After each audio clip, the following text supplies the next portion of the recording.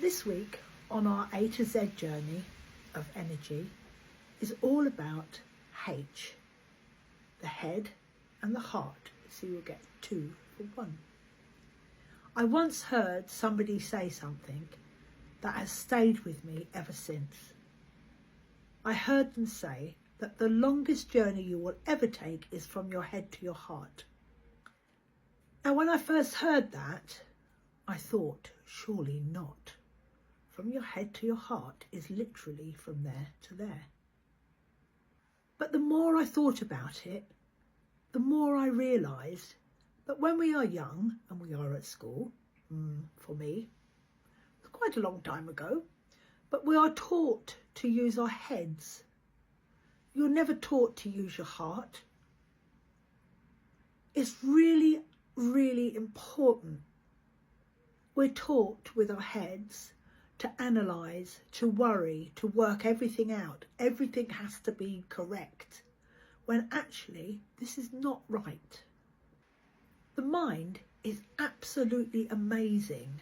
It's amazing what it can actually do. But it's also really exhausting. Exhausting trying to work everything out, trying to figure everything out because you're living up here in your headspace. Have you ever noticed how your head can turn the smallest problem into a Hollywood movie? The problem is about that small, but your head starts to overthink, it analyses, and before you know it, it gets bigger and bigger and bigger. One comment from someone, suddenly your mind has written a script, it's got new actors, and it's even created a sequel. Have you ever done this? Overthinking, worrying, getting very defensive, going into fight, flight or freeze. Sometimes your mind is trying to look after you, but actually it can create more stress than how it originally started. So now if you come down into your heart, the heart doesn't overreact. It's much slower. It's much more peaceful. It's calmer, softer, more compassionate and extremely wise.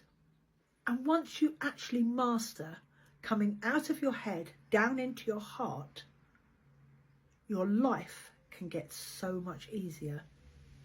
If somebody triggers you and you're in your head and you instantly want to go back at them with something, it means you are in your head.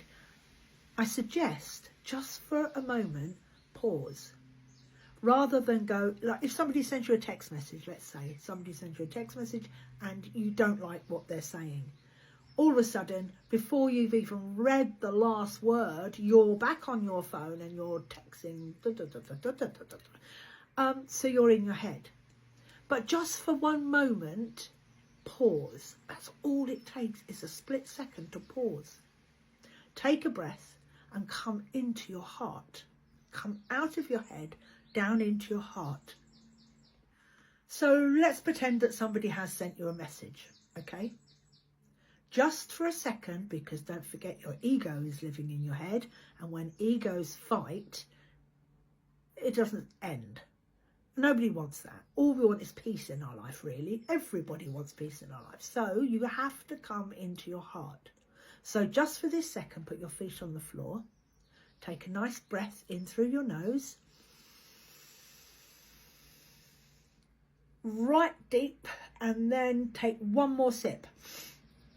And then breathe it out through your mouth. It brings your whole energy back into your body, because what happens when somebody sends you, for instance, a text message, your inner body comes straight out and wants to argue. Everybody has this. It creates conflict, and nobody wants conflict in their life. So the only way to do it is to come into your heart. Your heart is your heart brain, your brain heart, if you want to call it, whatever. But you need to come out of your head. So if you would like a free one-to-one call with me to see if we can work together, to help you to help your life become more easier, more calmer, which is what we all want really, you can click the link below and see if we can work together. So remember, the longest journey is from your head to your heart. It might only be 12 inches between both, but that is the longest journey. But once you master that, life becomes magic. Absolutely magic. Does take a while, but you can do it. Next week, we'll see you again for the letter I. I don't know what that's going to be at the moment. I'll have to have a little think about that. But that's all for now, folks. Bye.